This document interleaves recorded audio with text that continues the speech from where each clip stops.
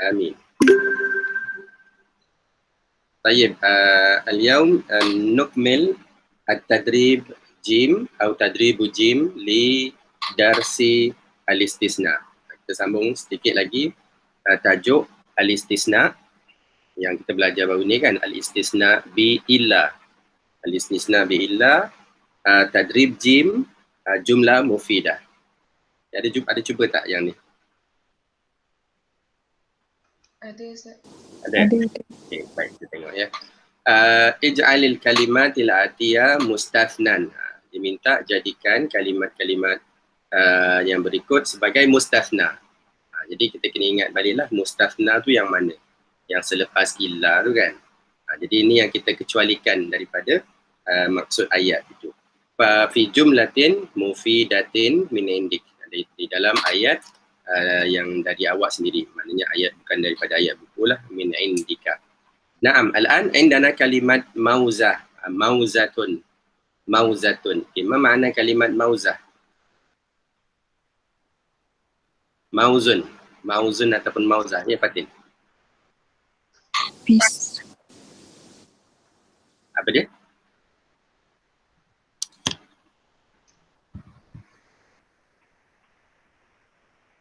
Mauzatun, selalu kita sebut Mauzun bukan pisang ke Ustaz? Mauzun kan, betul. Selalunya kita guna kalimah mauzun di makna pisang. Betul. Yang ini mauzatun sama saja perkataan ni. Saya pernah sebut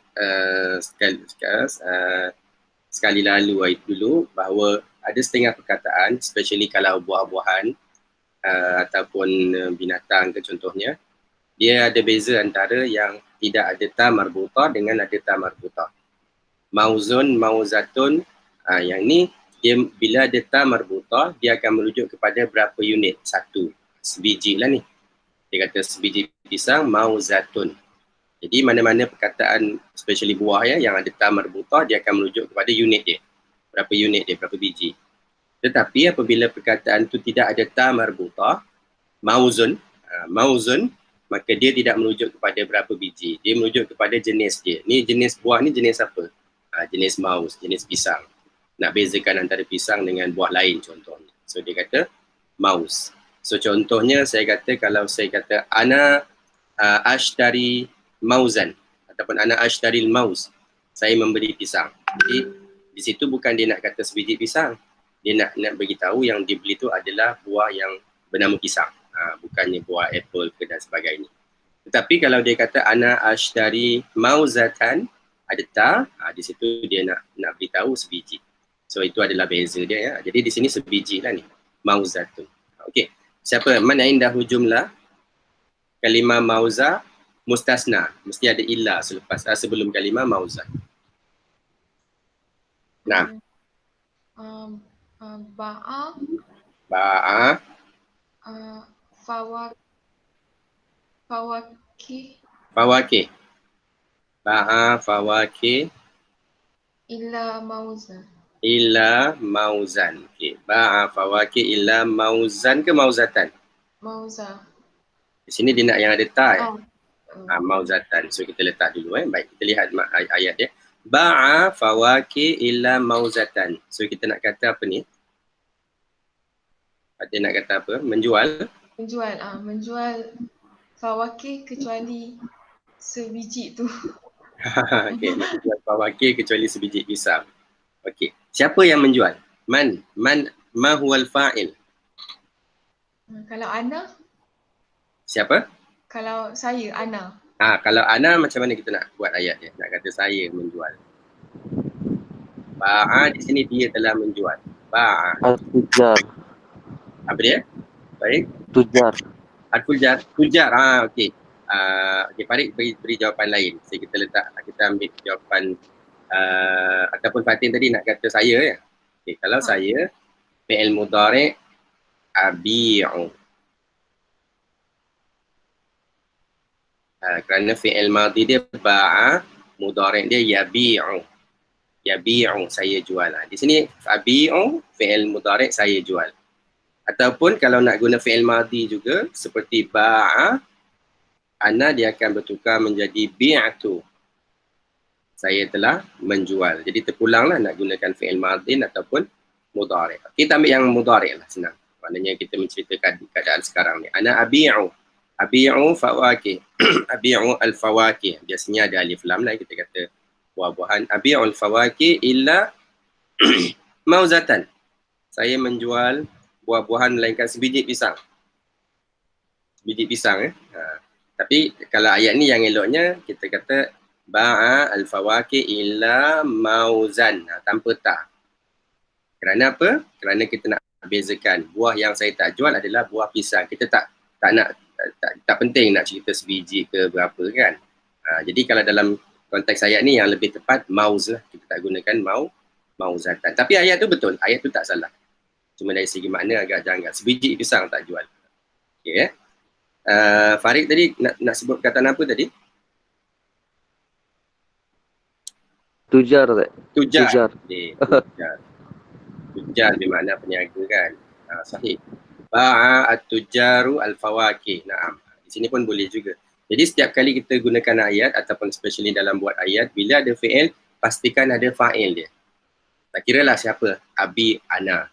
Kalau tak nak tukar ana, letaklah fa'il dia. Mesti ada ya. Kalau tidak, makna dia akan jadi janggal.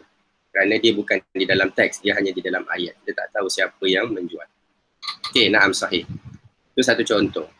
Contoh lain mungkin kita boleh kata saya makan pisang itu kecuali sebiji.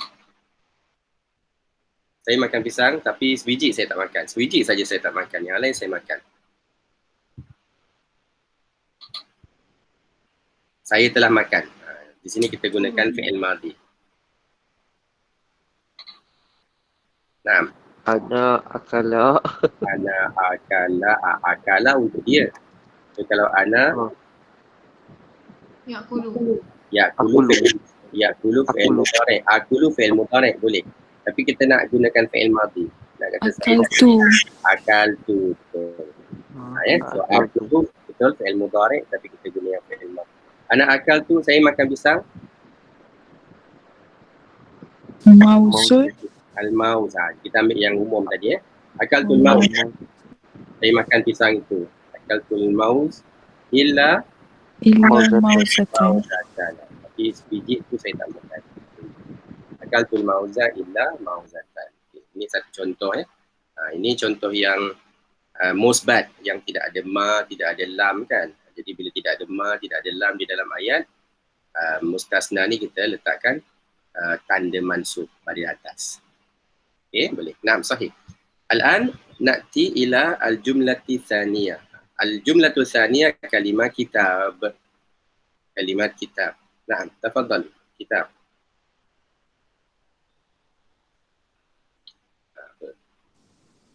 Ustaz, kalau kitabun tu saya tambah domain kat belakang boleh ke? Boleh. Okay. Contoh ayat saya buat akhaza mu'allimun.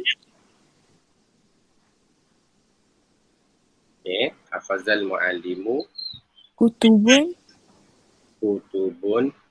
illa kitabi. kutuban illa kitabi. Okey, cantik ayat dia. Akhazal mu'allimu kutuban illa kitabi. Kita nak kata cikgu itu telah mengambil buku-buku melainkan buku saya. Boleh, ayat tu betul. Dari segi makna betul. Cumanya di sini kita tak dapat nak tunjukkan baris dia. Sepatutnya baris kitab ni baris apa? Ni yang musbat. Baris atas lah betul. Sepatutnya baris atas. Kalau contohnya tidak ada ya ni, sekiranya ya ni tidak ada, maka kita akan kata akhazal mu'allimu kutuban illa, ataupun al-kutub lah yang lebih cantiknya kita kata buku-buku tersebut. Bagi jadikan dia spesifik buku yang mana, buku-buku itu. So letakkan alif lam. Al-kutuba, akhaza mu'allimu al-kutuba illa kitabi, ataupun melainkan satu buku dia tak ambil. Jadi kalau sekiranya tidak ada dhamir di belakang, kita kena tunjukkanlah tanda yang ni. Tetapi disebabkan di sini dia bersambung dengan dhamir. Bila bersambung dengan dhamir, ya terutamanya, maka tak boleh lagi nak tunjukkan baris-baris yang yang lain. Jadi yang ya ni memang perlu diletakkan baris bawah kan sebelum ya. Jadi dalam kes ni tak apa, kita tak perlu tunjukkan tanda ni. Jangan pula buat ana akhazal muallimul kutuba illa kitabayya sebab nak tunjukkan baris atas kan. Yang tu tak betul. Okey.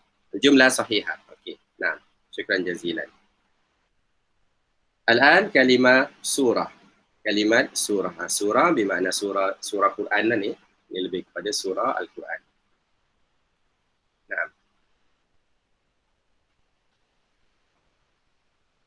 Siapa ada ayat ni? Saya baca, saya hafal. Ataupun mungkin boleh bina ayat yang ada ma tu. Saya tak baca kan, melainkan. Saya tidak hafal, melainkan.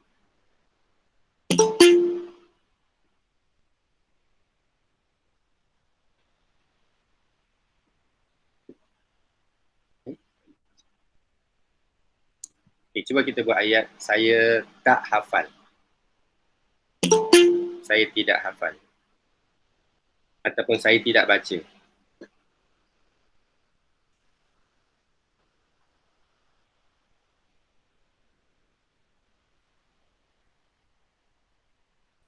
Ustaz, kalau ma ikra'u tu?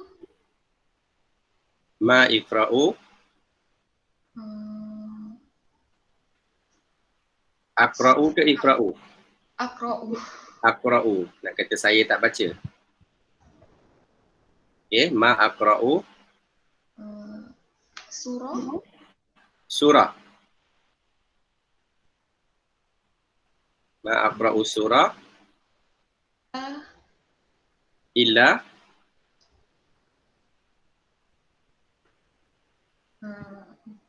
Satu surah tu macam nak cakap Ustaz? Satu surah. Macam mana Fatin? Tak jelas sangat.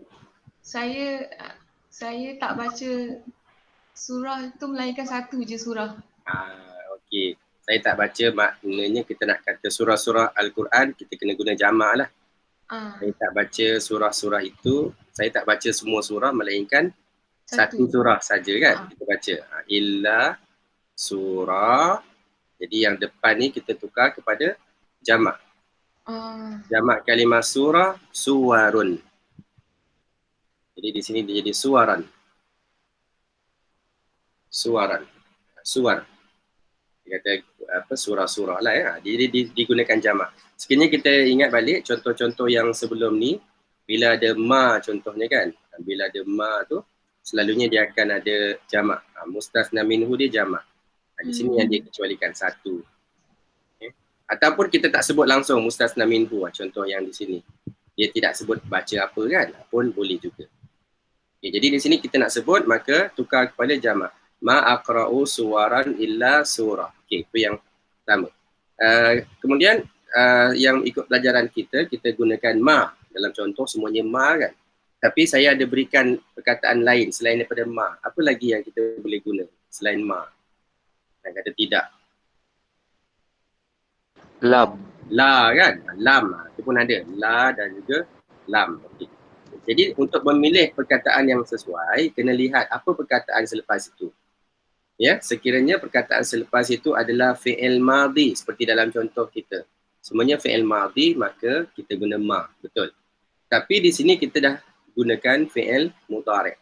Jadi apabila fi'il mudhari', perkataan nafi yang lebih sesuai untuk fi'il mudhari' dalam contoh ayat ini bukan lagi ma tetapi adalah la aqra'u. La aqra'u. Jadi kita gunakan la lah instead of ma, kita kata la. La aqra'u suwaran. Saya tidak baca dalam keadaan sekarang ni lah. Dalam keadaan present kita hanya baca surah, satu surah saja. La aqra'u suwaran illa suratan. Ya. Sekiranya nak gunakan ma tadi, kita kena gunakan fi'il madhi. Ma qara'tu. Ma qara'tu suwaran illa surah. Okey. Ayat jumlah sahihah. Apa baris yang sesuai untuk surah? Suratun, suratan ataupun suratin. Di sini ada ma, ada nafi, kemudian mustasna min disebut. Tu Suratan. Suratin. suratun. Tan. Suratan. Suratan. Okey, suratan. Ada tak bacaan lain yang boleh dibaca? Kalau kita lihat di sini dia kumpulan yang mana ni?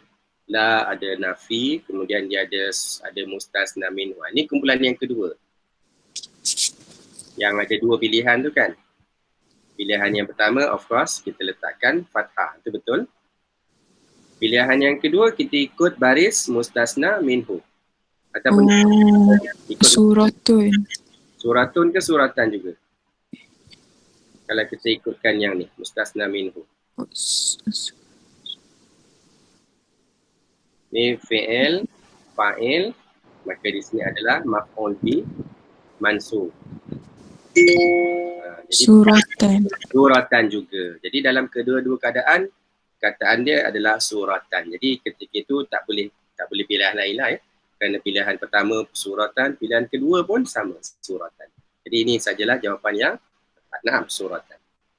La aqra'u suwaran illa suratan. Boleh, tapi sekiranya kita buang yang ni, mengikut pelajaran kita boleh dibuang kan mustasna minhu. Kita buang. Kita tak nak sebut kalimah suwaran. Ma qara'tu terus saja illa. Jadi kalau dalam keadaan ini bagaimana pula barisnya? Ma qara'tu illa surah. Ini sekarang kumpulan yang ketiga. Ya Fatin. Suratun Ustaz. Suratun. Kenapa baca suratun?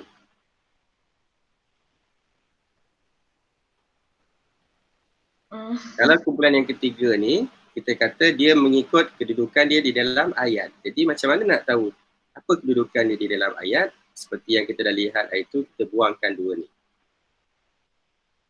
Dan ayat dia adalah qara'tu surah. Jadi apakah bacaan surah?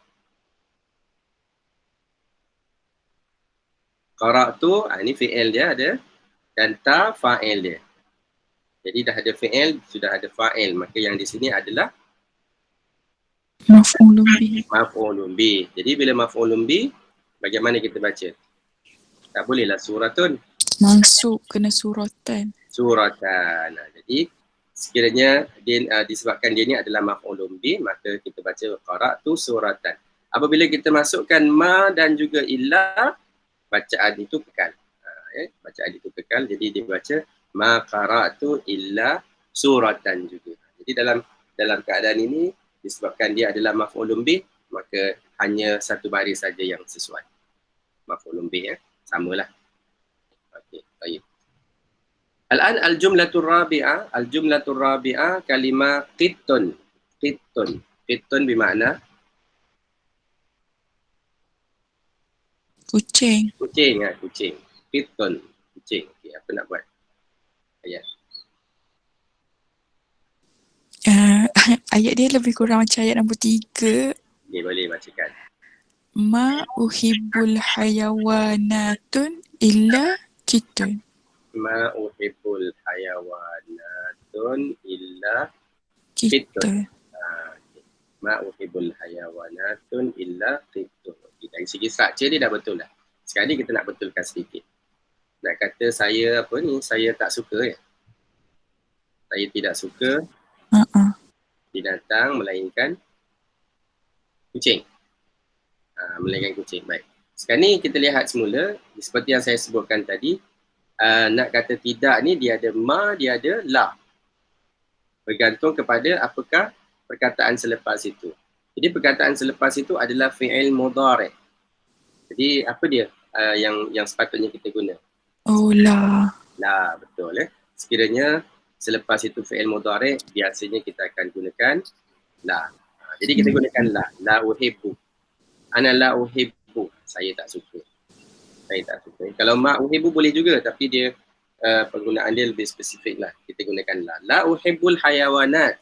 Hayawanat di sini dia maf'ul bi, maf'ulun bi, mansub.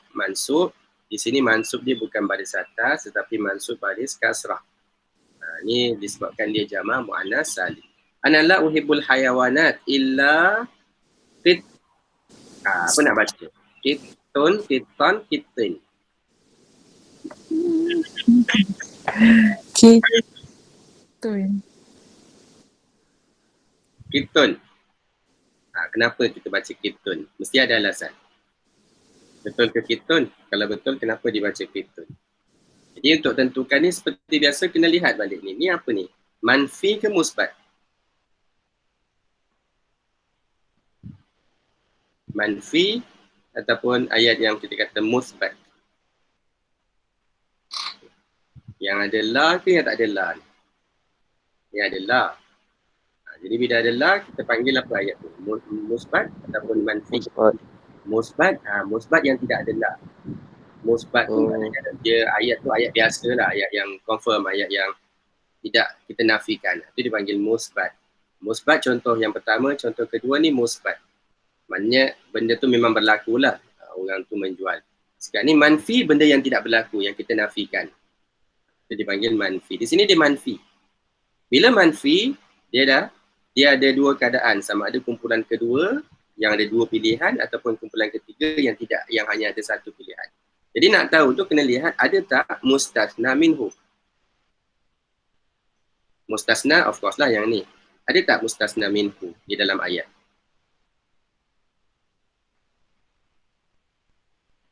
Keton ni dikecualikan daripada apa? Daripada kalimat hayawanat. Betul dikecualikan dari hayawanat. Maka bila yang ini dikecualikan daripada hayawanat, inilah yang dipanggil sebagai mustasna minhu. Jadi mustasna minhu ada dan ayat tu manfi, yang ini berada pada kumpulan yang kedua. Jadi kumpulan kedua macam mana keadaannya? Ya, Fatihah.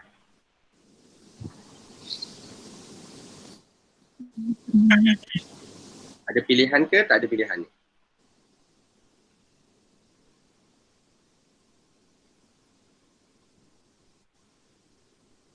Dia sama seperti yang ni lah ni, kumpulan kedua. Dia ada dua pilihan. Pilihan yang pertama, seperti biasa, bila ada illa kita kena baca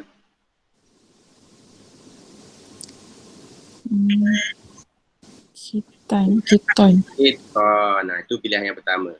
Bila ada illa, pilihan yang pertama dia mestilah keton. Okay, jadi boleh. Pilihan yang pertama kita keton.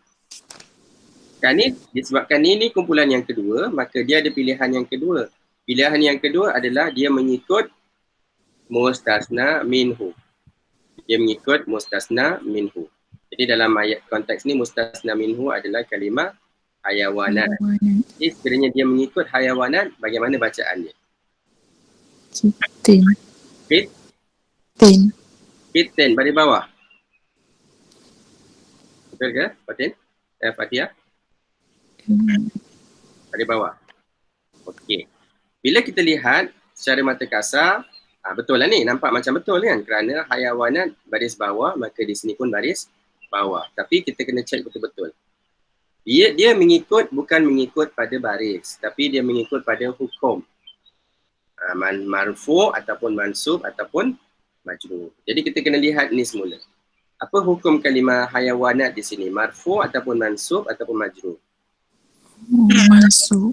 Mansub kerana dia adalah maf'ul bi. Maf'ul bi. Betul kan? Jadi yang di sini adalah mansub. Okay. Tetapi mansub dia tak boleh ditunjukkan dengan baris atas disebabkan yang ini adalah jama' muannas seperti pelajaran yang kita dah lihat hari itu. Bila jama' muannas, mansub bukan lagi dengan baris atas tetapi mansub dia dengan baris kasrah. Jadi ini spesifik untuk kalimah hayawanat. Maka apabila kita pindah kepada kalimah qitun, qit ini sama juga. Dia mansub kerana mengikut kalimah hayawanat. Tetapi mansub dia boleh tak nak digunakan baris atas? Di sini kita kena gunakan baris yang asal kerana dia mansub. Di sini tak boleh, yang hayawanat tak boleh kerana dia jamak. Tapi kalimah qit bukan kalimah jamak, maka dia boleh untuk dibariskan atas seperti biasa. Oleh itu, untuk kalimah qit, sekiranya kita mengambil pilihan yang kedua, dibaca dengan qitan. Jadi kedua-duanya sama. Kedua-duanya sama. Jadi itu sajalah jawapan yang betul. Ana la uhibbul hayawanati illa qitan. Pilihan kedua pun serupa juga, illa qitan. Boleh yang ni? Wal'an al-jumlatul akhirah. Al-jumlah akhirah kalimat mu'allimah. Mu'allimah. Cikgu. Okay, siapa nak cuba ni? Mu'allimatun. Guru. Kenapa dengan saya tidak apa pada guru?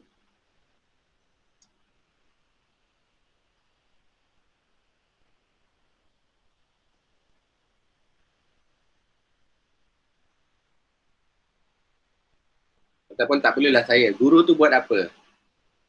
Seorang guru, ramai guru. Kita kata. Ramai guru buat, seorang guru tak buat.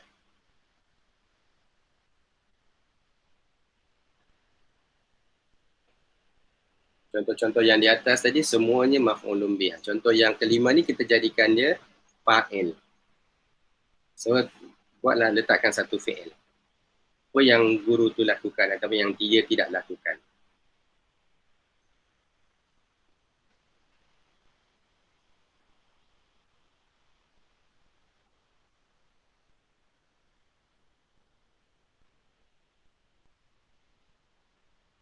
Apa-apa fi'il, bekerja, datang,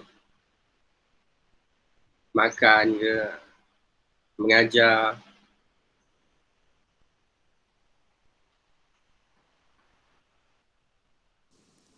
Zahaba. Okay. Zahaba. Al-mu'allimatun. Zahaba al-mu'allimatu.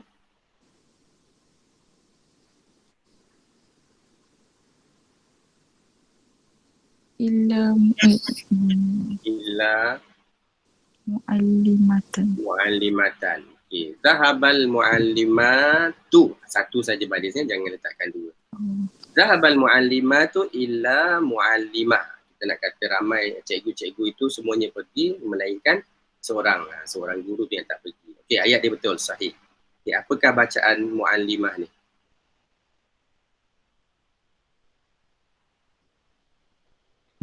Ni ayat musbat, tidak ada ma, tidak ada la. Mu'allimatan. Mu'allimatan. Ini adalah pilihan yang pertama. Okey, nah. Jadi itu adalah contoh-contoh ayat untuk al-mustasna bi'illah. Jadi kita boleh gunakan yang musbat tanpa la ataupun yang boleh gunakan yang ada la. Cuma bila ada la tu kena pastikanlah apakah baris yang sesuai kerana dia ada dua pilihan ataupun satu pilihan. Nah. Okey, fa hadza huwa tadrib li al-mustasna bi'illah.